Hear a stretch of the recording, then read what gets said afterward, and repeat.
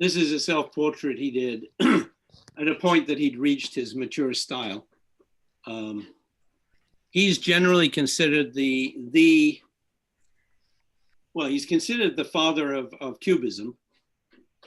He's considered the link between the primary link, not the only one, of course, between the 19th and 20th century. He had an enormous effect on Matisse, Braque, and Picasso. There was a huge exhibition of his work in 1907, which blew them all away. And if you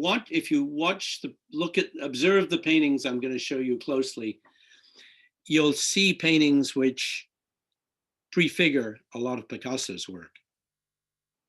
It's pretty obvious, actually. Anyway, he's born in the south of France, in Aix-en-Provence. His father began as a shoemaker, but became the founder of a bank with another partner, which was very successful. And consequently, though there were serious conflicts with his son over many years, Cezanne ended up with a fortune that enabled him to paint without thinking that much about selling. His mother was apparently described as vivacious but easily offended. And that attribute of easily offended was obviously passed on to Paul Cezanne, who's a very difficult person to talk about because he was an extremely difficult and troubled human being. So he attended school in Aix. In 1852, he started to attend at 13 the College of Bourbon in Aix, and either the first or second year he was there, a young student on a scholarship because his father had died and his mother, when he was 7 and his mother was almost penniless, Émile Zola entered the college. And Zola was a little guy, and also his father had been Italian, so he was an outsider. So the other kids immediately jumped on him. And Cezanne interposed himself and got seriously beaten up, but was able to defend Zola. And they became fast friends for much of their life, incredibly close friends.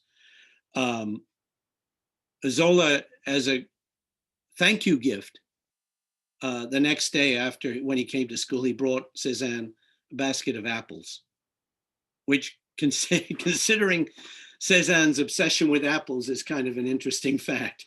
There was one other student, Baptistine Bail, they formed a trio, and they were known as Les Trois Inséparables.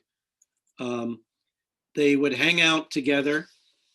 The three friends escaped to the countryside whenever they could. Cezanne never set out without his powder flask and his box of color cartridges.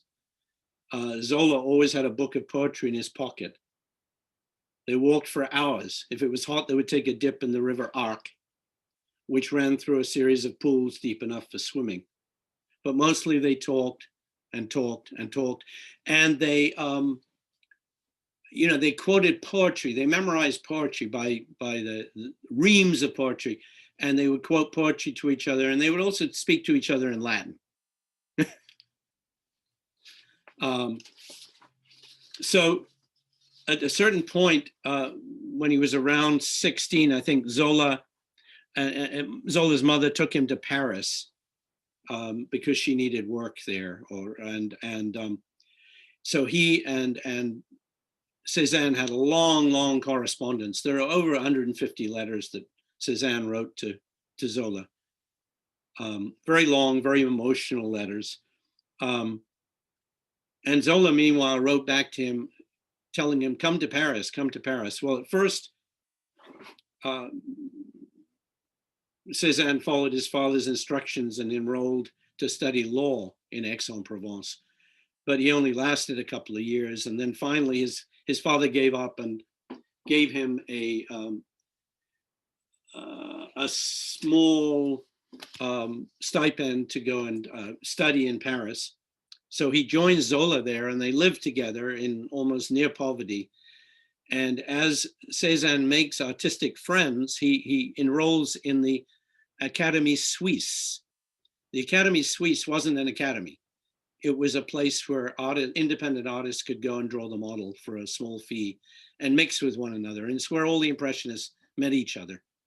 And it's where he would meet Pissarro, who immediately took to him, even though the kind of paintings that Cezanne was doing at the time couldn't be more different from what Pissarro was doing. And Cezanne called these paintings, his style, correlade, which means ballsy. They were actually sort of, I mean, he would even have agreed, there were sort of ejaculations with paint on canvas. Very quite crude but very emotionally charged, and Pissarro was able to see there was something there, and he encouraged him, and he became his one confidant besides Zola, and would quite often work with him.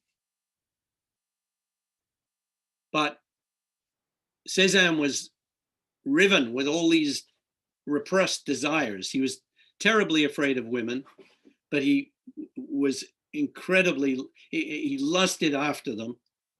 And so he painted pictures. He painted pictures of murders of women. He painted pictures of rapes. He painted a picture like this, which is supposed to be an orgy. And they're highly original. In a certain way, they're very modern. Personally, I can't stand them. This looks like dinner to me. Well, yeah. Yeah. Dinner with a bunch of naked figures. It's a very strange painting. Some bread. His thing was, when he would do these large paintings like this, he would submit them to the Academy, knowing full well that they would be rejected. He was a provocateur, and sometimes he would be seen carrying a canvas on his back. Someone described like a crucifix, a huge canvas that he knew would never get into the salon, but he continued doing it. He had this sense both of himself as a genius and as a failure at the same time.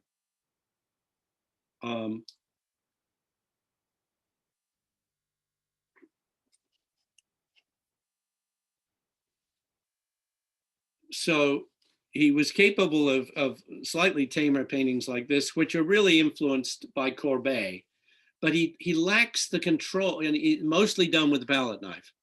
He lacks the control of Courbet, though a painting like this is a pretty decent painting. And this is one of his mother and sister, because he spent time between Paris and his home in the south of France. He would actually spend, after his marriage, he would spend half his time living with his mother and sister, separated from his wife. He had a very stormy relationship. This was a very close friend that he made at the Académie Suisse, Achille Empereur, who was a dwarf and a hunchback, and a very ambitious painter who happened to come from Aix-en-Provence. And it shows, what it indicates to me is that, you know, deep inside, Cezanne had a very profound feeling for the underdog.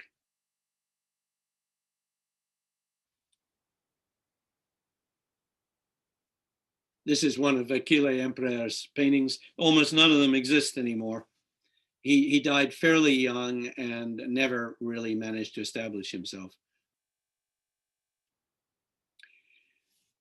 Okay, so he's living in Paris with Zola. This is the figure on the right that is unfinished and is squatting on the floor, or laying on a mattress on the floor, is Zola, his friend Zola. and he's being read to by another writer, Paul Alexis. But you can see the struggle that Cezanne is having. And in fact, he very often would destroy his paintings halfway through. He'd just start poking his brush through the canvas, tear up the canvas, throw it away. This one he abandoned, but he never actually destroyed. But he did do a painting of Zola that he destroyed. He did one of Zola's wife that he destroyed in the middle of his production. But Zola at the time is having a hard time himself. He finally joins an advertising agency and becomes a publicist. And apart from meeting writers who they're publicizing, he starts to get to know, through Cezanne, all of the radical painters, all of the advanced painters, because of Cezanne's friendship with Pissarro, and also the fact that Basile then brings Pissarro and him in 1863 into the inner circle of the Impressionists. And so Zola goes along and participates in all the debates and starts writing, defending the Impressionists. And that's the beginning of his writing career before he actually writes any novels. And of course, Zola will become, I mean, it's interesting that Cezanne will be considered one of the greatest painters of the 19th century. Zola was the leading writer in France during the 19th century. This is a painting by Pissarro, where Pissarro is imitating Cezanne's style to some degree. And it's his view of Cezanne at the time. Zola once said of Cezanne, he's an obdurate lump. Teaching him to do anything, convincing him to do anything is like convincing the towers of Notre Dame to dance a quadrille. And you can kind of see it in Pissarro's painting. There's a very interesting thing about this painting. You see that there? That's a painting that Pissarro gave to Cezanne, one of his paintings, and it will reappear later, which is why I'm mentioning it now, in one of Cezanne's paintings. So for several years, beginning in the, well, I should add, okay, in 70, before this moment, 70 with the Franco-Prussian War, Pissarro and his girlfriend, who will eventually become his wife, flee Paris because he doesn't want to serve in the military, go back to the south of France. He is declared a deserter. And if the war had gone on longer, he could have been in serious trouble, but the war was over rather quickly and his actions were forgotten. But he and Hortense, his girlfriend, returned to Paris. And by the time this painting is painted, he has a son called Paul. And he's painting regularly now with Pissarro. And this is one of Pissarro's paintings. And this is one of Cezanne's paintings done at this around the same side, a slightly different angle. But you can see the difference. Even though Cezanne is changing his style and brightening his colors, he feels the need for solidity, giving solidity to everything. See how Pissarro kind of dissolves things and breaks down outlines. Cezanne goes in the opposite direction. He creates a masterpiece during this period, which is the first painting he will sell. It's known as the House of the Hanged Man.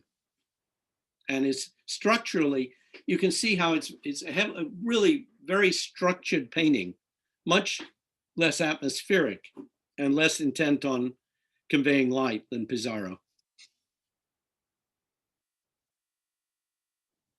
And feel free to comment if you have any comments along the way here. So, but he can't resist going back to his old style, albeit with much brighter color. This is a huge canvas, and he called it Modern Olympia.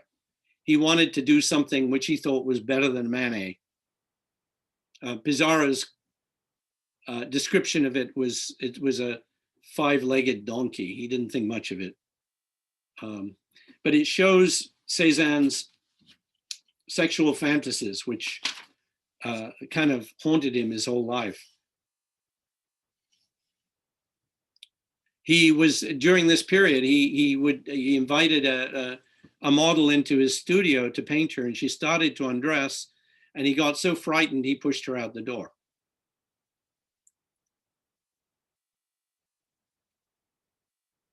This was one man who, Victor Choquet, who appreciated him from early on. And so Cezanne painted this portrait. This man bought a whole assembled a large Impressionist exhibition and bought Impressionist collection and bought a number of Cezanne's works. But you see how Cezanne is building the face with color. And you notice that the most saturated colors tend to be in the nearest parts of the face. He's building form with color rather than with just with light and shadow. If you compare it with Renoir's portrait of the same man, you can see how different and what a different way Cezanne is beginning to work compared to the other Impressionists. But this painting has an incredible presence to it, a sculptural presence to it, and force because of the strong color. Hi. Hi, how are you? Good. So anyhow, around 1880, he kind of abandons Paris. I mean, he will come back periodically, but he makes the center of activities Provence, and he paints very close, most of the time, very close to his home and the countryside that he and Zola wandered as youths, wandering at the foot of Mont Saint-Victoire and also climbing all the way to the top on occasion. So it has very strong memories for him, and he's one of these people who never severs his connection with his past. In fact, he's just totally tied to it. This is a phase of his work where you can see the Impressionism is still here, but he's moving towards something structurally different. When we look at Gauguin, we will see paintings by Gauguin of a certain period that are very, very similar to this. Same brushwork, same contrast of warm and cool, same structuring of the forms. After Gauguin had studied with Pissarro, he picked up a lot of stuff from Cezanne. In fact, Cezanne accused him, he hated him later, he accused him of stealing his, what he called his small sensation. Now, he's in the South.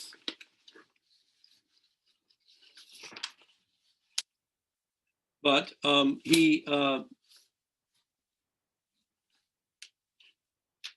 is missing Pissarro. And he writes to him, "I believe this area would suit you marvelously. It is like a playing card, red roofs on a blue sea." And this writer goes on to say, the relationship between Cezanne and Pissarro may be defined as an exchange whereby each gave and received. But he was missing the one person that he was close to besides Zola. Well, he was fairly close to Renoir too, but it was Zola that was Pissarro that he wanted to join him. And you see an indication of this again in a later painting. Here's the painting by Pissarro that I indicated to you earlier in his still life. If you remember, I don't think I told you, he and Pissarro both kind of revitalized still lives, paintings of still lives, which have been dropped by the neoclassicists and the romantics. And it was something they did a lot together, was paint still lives. And so when he's painting this, he's obviously thinking of his partnership with Pissarro.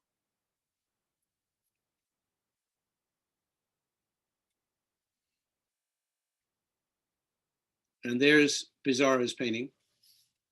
You can see it in the corner there.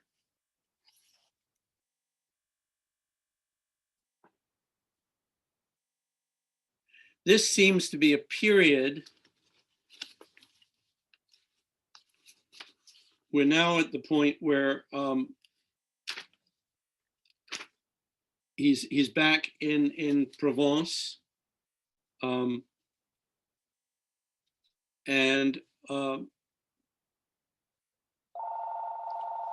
he's feeling comfortable with his family. He's feeling, and he's it shows in this portrait of his wife, who really who really suffered a lot from his treatment.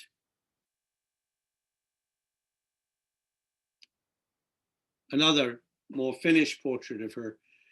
You never see a Cezanne portrait where the figure is, where the subject is smiling. You often can't get a sense of their personality. Actually, I think he he found other people as difficult to understand as people found him to understand. But it's a beautiful portrait. But there's a definite sadness and melancholy in Hortense's eyes there. But it's also, if you think of Picasso, you can see Picasso in this painting. Do anyone see that? If you know his blue period particularly. Yeah, I was gonna say blue period, yeah.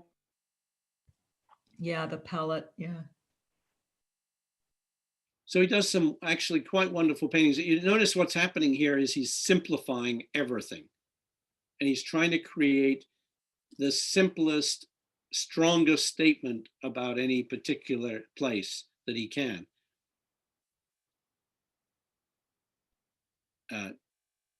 Cezanne was really struck by this painting, and again, you can in the early between the blue and the pink periods, you see a lot of figures put in a landscape very much like this. And in fact, Matisse also would situate figures in these largely empty landscapes where the background is playing off the figure. It's awkward. The drawing is awkward, and the drawing in his work, it's very hard to know what's on purpose and what's just ineptitude with Cezanne. He doesn't have a natural gift for accurate drawing, but he's also trying to express himself. So it's very hard to know. I was going to ask you about that because I kept looking at the ellipses, which I struggle with so much. And I'm thinking, is it off? They looked off in the still life. Well, they are off.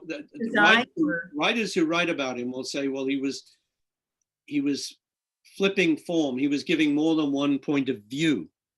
And in fact, some of this we know for a fact he was doing unconsciously. And it's something that of course, the Cubists picked up on and then took much further. Mm-hmm.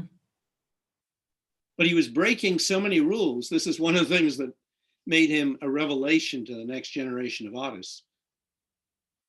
So, just a second, I'm wondering if I don't want to miss anything here. No, that's okay. So around this time, his father dies.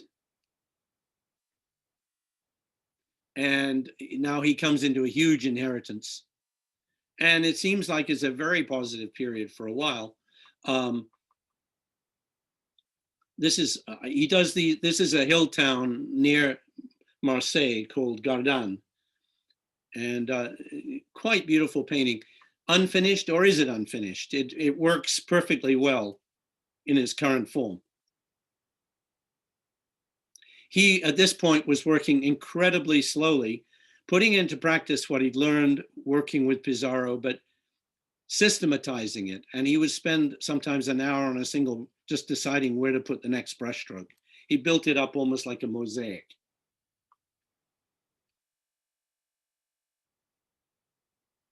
Another painting of the same town. Oh, sorry. A portrait of his son. He remained close to his son he was, even when he was totally estranged from his wife, though his son would always ask permission to touch him because Cezanne disliked being touched. We're dealing with someone here who had really serious emotional problems and for whom painting seems to have been the one thing that kept him focused and largely sane. There's an interesting thing in this painting. What in the heck is this on the right? This, Like and a dressing. Sort it of- looks like, or I think the answer is in the next one. Looks like a door frame or something. But look at the pattern on the harlequins, and this is his son, Oh, again posing as the harlequin. Now, when he and Zola were young, they really enjoyed Mardi Gras in Aix-en-Provence, and they used to join in, and it was something they remembered with great fondness. And of course, the Harlequin and the Pierrot were central to the Mardi Gras celebrations. And what's interesting about this is that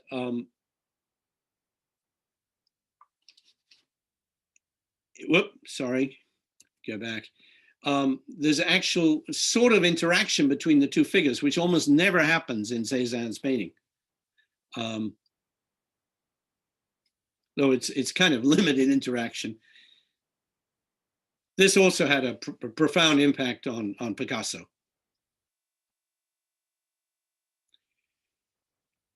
So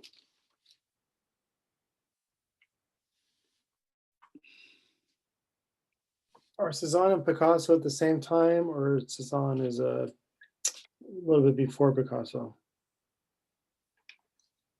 oh, Cezanne's before Picasso, Okay. much before Picasso. Yeah. He's really Picasso's born in 1881. Cezanne is born in 1839. No, but Cezanne, actually, I would say all the artists that we're going to talk about, all the post-impressionists were profoundly influential, but the biggest influence was Cezanne on the next generation of artists, especially on Picasso. So Hortense here doesn't look very happy. And what's going on is that this is about the time that Cezanne is diagnosed with diabetes, and his emotional swings are getting much worse. And they again break up, and he moves in with his mother and sister for 7 years, actually.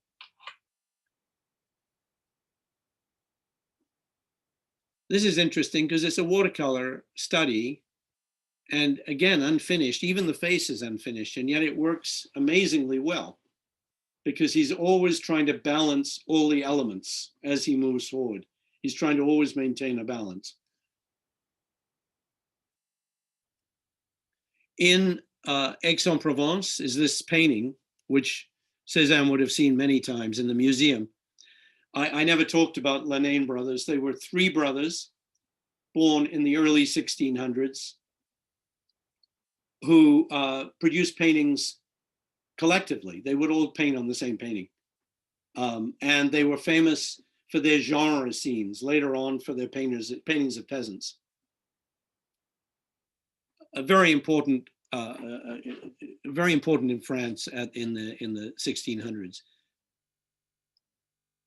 So Cezanne, at this point, now he's alone in his studio, takes on this subject of card players. If you notice here, they're actually soldiers. But he's using the local peasants and also people who work for him to pose for this.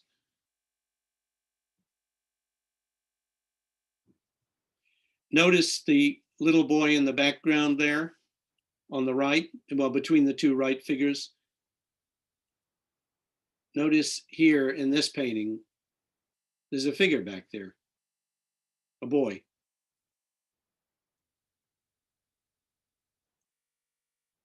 Now he does this painting and then he's not satisfied. He thinks it's too confusing and complicated, apparently, because he starts to prune it. And he does more studies. So he's taken out the kid and he's cut down the details around the figures. And he finally ends up with this as what he considers his definitive one, and the one that's probably the most famous.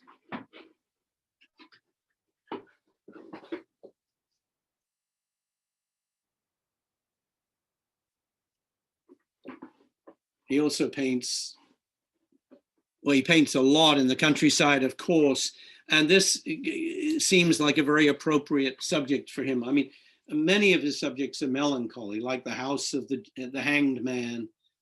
This one, a house that's cracking, about to collapse, that maybe in his mind says something about his own house and his own relations. I don't know.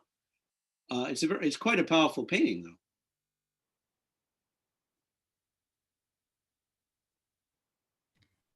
It's amazing how the foreground leads you up to the house. Yes, The yeah. perspective in it is really powerful, which Yeah. I don't see in a lot of the other ones. That Well, there's literally a movement through here, through here. And then the other movements that work against that, and some of them that work with it. It's an interesting composition. It's very dynamic, actually, and a little reminiscent of some of the stuff that Van Gogh will do in the South, actually. And of course, he continues his still lives. It's one of his main obsessions in his later years. This one's interesting because of how he's kept the color so tight. And if you look at the background here, the gray wall, it's actually made up of the principal colors in the painting. So he's animating that background. And because they're close to opposites, they're creating an effect of gray, but with vibration in it. Something he does quite often in his paintings. He's also really simplifying the color on his fruits to create a very tight composition here. He's not getting into the subtle variations in different fruits. I like this one a lot. It's very animated and it's got a very fresh feeling to it. But look how everything's off center and a kilter. Clearly purposeful in this painting.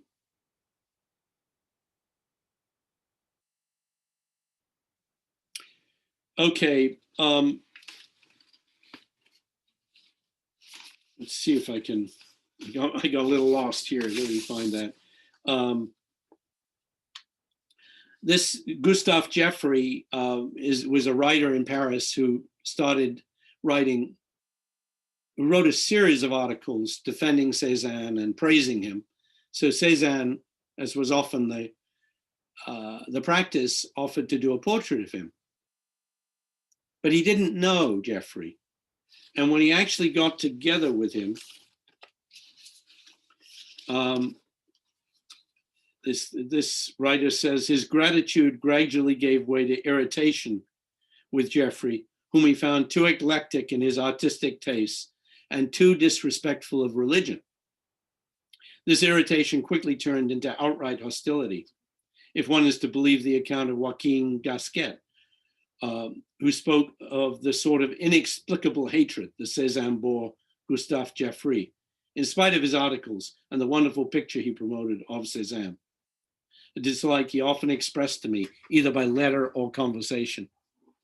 Cezanne delayed painting the face and the hands and eventually abandoned the painting. Someone who was in many ways his own worst enemy. I think this is a lovely portrait. You can see she's not comfortable sitting. You wonder if the coffee is there to keep her upright.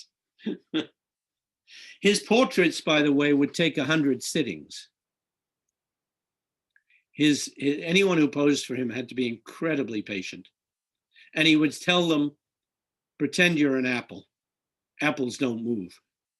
He would even seat them on chairs that were rickety, so that if they moved, they would fall over.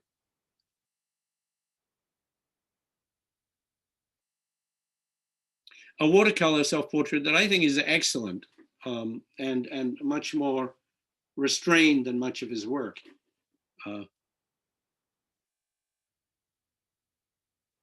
But you can also see his love of classical objects, because what he declared he was doing was taking the color of the Impressionists and using it to make paintings that were as solid and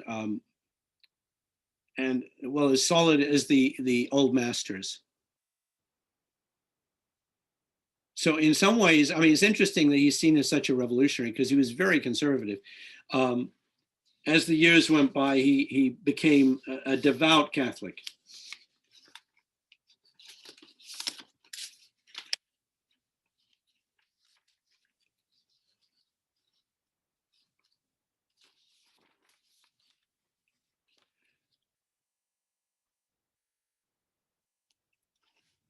So his mother dies, and immediately Cezanne tries to patch things up with his wife. And they go on a sort of second or third or fourth, I don't know, there were so many breakups, honeymoon to this Lac d'Annecy. And according to what we know, Cezanne complained about this view. They were in a hotel on the edge of the water, and it was a very placid lake with mountains. And he said, this is a typical tourist view. He hated it. But he ended up painting it and giving it considerable drama, much more than it actually had, because he couldn't stand to make it into a placid, beautiful scene.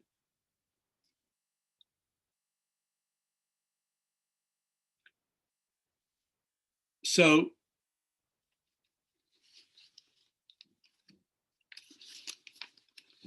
this self-portrait shows that this, you know, he's looking, to me, he's looking much older, and he's not engaged at all with the viewer, or even he's given us a mask here, and with a terrible sense of resignation. But some interesting things going on with color. Look at this area of red here. This kind of thing is reminiscent of Gauguin, who carries it much further.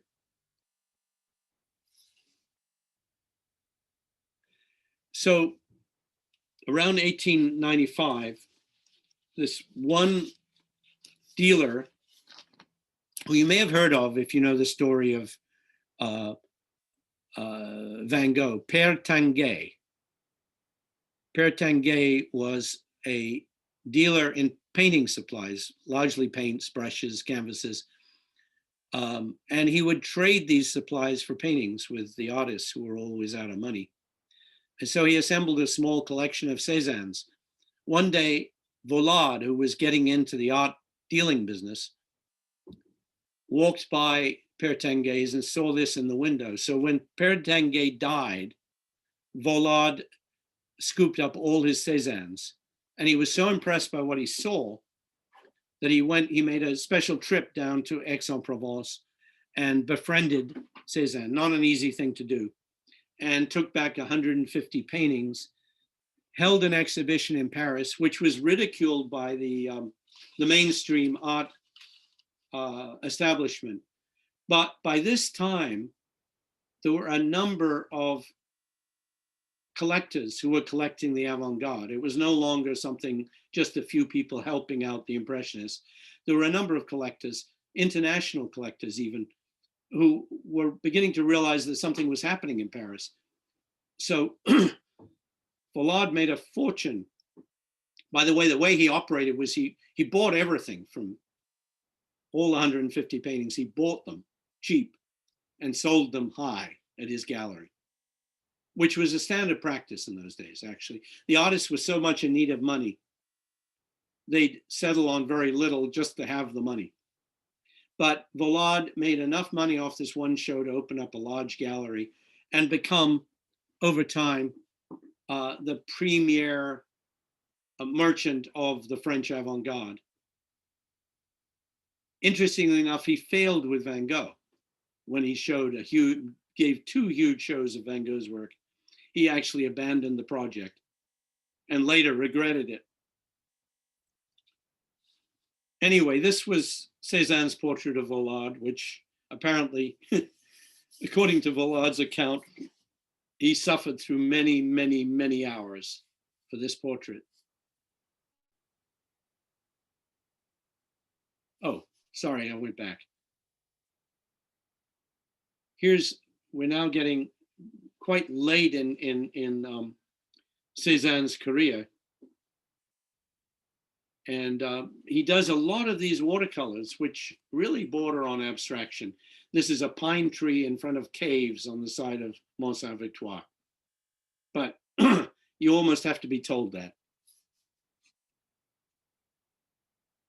And this is a mill with a mill pond, which could be a 20th century artwork quite easily. Maybe one of the constructivists even. Well, between his diabetes and at this point, he's having a house built for himself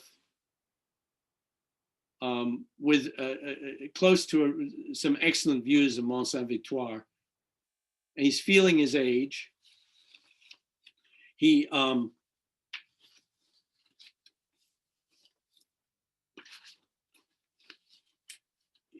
They say that working in isolation in the last decade of his life, Cezanne frequently alluded to mortality. He said, "For me, life has begun to be deathly monotonous. As for me, I'm old. I won't have time to express myself, and I might as well be dead." And some people attribute this partly to the death of his mother. In any case, his health was deteriorating. And another friend of his wrote that on his last mornings, he clarified this idea of death into a heap of bony brain pans, to which the eye holes added a bluish notion.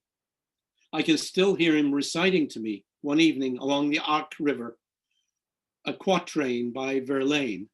If you remember, Verlaine was the painter that Basile did that marvelous portrait of in one of my last presentations. Anyway, these are the words of Verlaine. And you got to remember, Cezanne was in the habit of quoting by the hour. For in this lethargic world, perpetually prey to old remorse, the only laughter to still make sense is that of death's heads.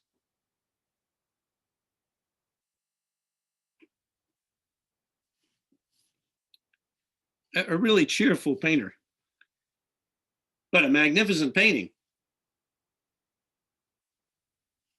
Note the little bit of red over here and green. Well, the red in particular, which sets off these colors here, makes them much more intense in a certain way.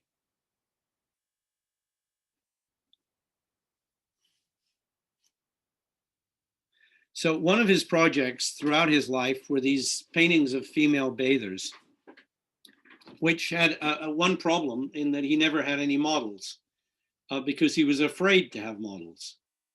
His wife had begun as his model and had parlayed that into a lifetime relationship with him. I think that's partly how he saw it, because he said, you've got to watch out for these women. They will get their grappins in you. Grappin is a boarding hook that was used by ships at war to grab other ships, a hook that was thrown. So he had to invent the nudes, and he didn't really have much mastery of the figure.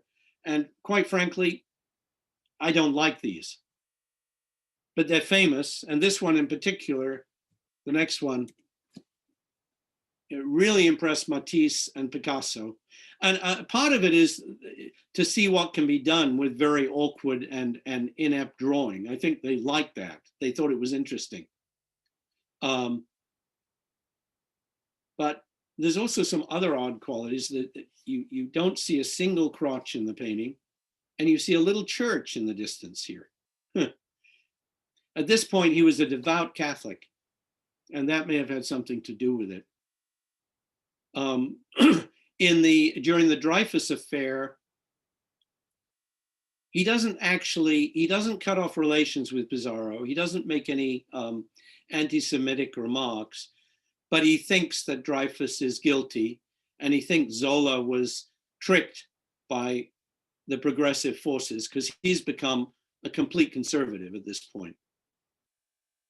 And his relationship with Zola, which was the most intense emotional relationship of his life, has cooled dramatically. One of the reasons, though maybe not the primary reason, was that Zola wrote a book called The Masterpiece, very, very famous book. And a lot of the story in the book is based on Cezanne and Cezanne's life and his experience with Cezanne as a young man. And in the end, he has this artist who resembles Cezanne in many, many ways, hang himself in front of his own unfinished masterpiece, which I don't think pleased Cezanne particularly. He's also capable right up to the end. Excuse me for a second. He's capable right up to the end of doing these incredibly delicate watercolors of still lifes and also of the mountains. But now I'm going to go on to the final thing. Throughout his career, he painted 30 self-portraits. And incidentally, I'm sure it's quite accidental, he painted 40 paintings of Mont Saint-Victoire. But if you look at his paintings of Mont Saint-Victoire, you begin to think that he really identifies with this mountain, that maybe he even, for him, it's almost a self-portrait in and of itself. This is fairly early in the series, and there's still some atmospheric perspective. The mountain is in the distance. There's a lot of stuff in the foreground. This is actually, in some ways, could be a Van Gogh, if you remember his paintings that he does in the South.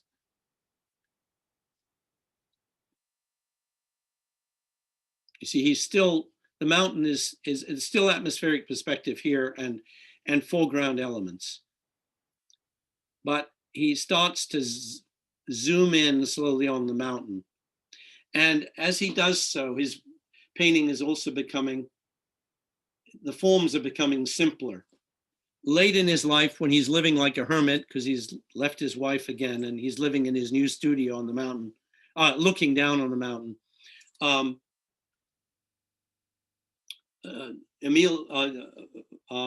Emile Bernard, who's a painter we will discuss later, he's a much younger painter, goes and stays with him for a month. And Cezanne says to him, you should simplify everything. See it as either a cone, a sphere, or a cylinder. And you can see him doing this. He's trying to simplify everything and arrange it to create these very powerful harmonies, which, as I mentioned earlier, he sees as parallel to reality, not an imitation of reality. And now he's really moving in. The mountain is almost becoming a reflection of his internal struggle. This is from the quarry where he'd lived near this as a child, and this is a view he's very well aware of. There's a quarry in the foreground and then Mont Saint-Victoire in the distance. Mont Saint-Victoire had that name because the Romans had a major victory here. So it goes, and the history of Mont Saint-Victoire, which later became an important early Christian religious site, would have been very familiar to Cezanne, who was steeped in the classics. But look, we're nearing abstraction in a painting like this. And remember, each brushstroke is considered carefully and only put down after a lot of deliberation. So what looks like chaos is, in his mind at least, tenuous balance, a tenuous link between his experience and the way he wants to express that experience on his canvas.